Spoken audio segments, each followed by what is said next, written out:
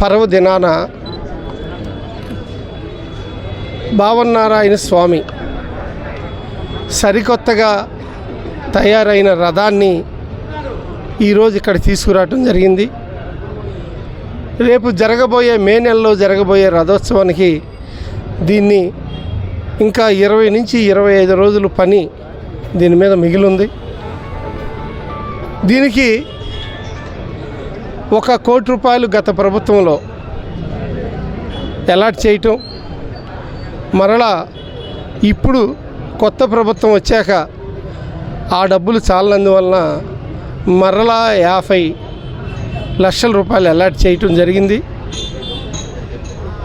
15% margin మనీతో, అంటే కోటికి 15 లక్షలు, కోటికి 15 లక్షలు మనం కట్టాలి.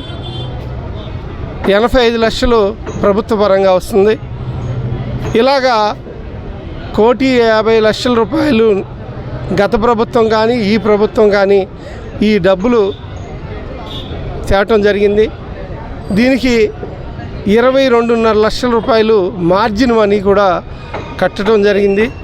ఈ 22.5 లక్షలు కూడా ఎమ్మెల్సీ అన్నం సతీష్ ప్రభాకర్ గారు మొత్తం 22.5 లక్షలు ఆయనే ఆ మార్జిన్ మనీ కట్టడం జరిగింది. ఆ మిగతా ఏదైతే 22.5 లక్షల పోను సుమారుగా 1,27.5 లక్షలు ప్లస్ మార్జిన్ మనీ కింద 22.5 లక్షలు కలిపి 1,50,00,000 రూపాయలు ఈరోజు మనకు వచ్చే పరిస్థితి. 1 crore అయితే ఆల్రెడీ ఇక్కడికి వచ్చేస్తున్నాయి. అవి తొందరలో పేమెంట్లు చేస్తాం.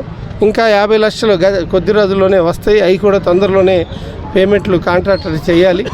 అంతేకాకుండా ఇంకా ఈ రథానికి సుమారుగా ఒక 25-30 లక్షల రూపాయలు ఇంకా ఖర్చు ఉంది. ఇప్పుడు ఆ ఖర్చు కూడా బయట ఎవరి దగ్గరన్నా కానీ నేను మా ఫౌండేషన్ నుంచి కానీ ఆ డబ్బులన్నీ ఇవ్వటానికి సిద్ధమవుతున్నాం.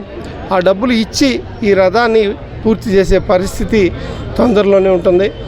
రేపు రాబోయే రథోత్సవం ఈ కొత్త రథం మీద భావదేవుడు బాపట్ల స్వరూపుడు మనందరికీ ఇష్టమైన దైవం భావదేవుడిని ఈ కొత్త రథం మీద రథోత్సవం చేసే రోజు 45-50 రోజుల్లోనే ఉంది.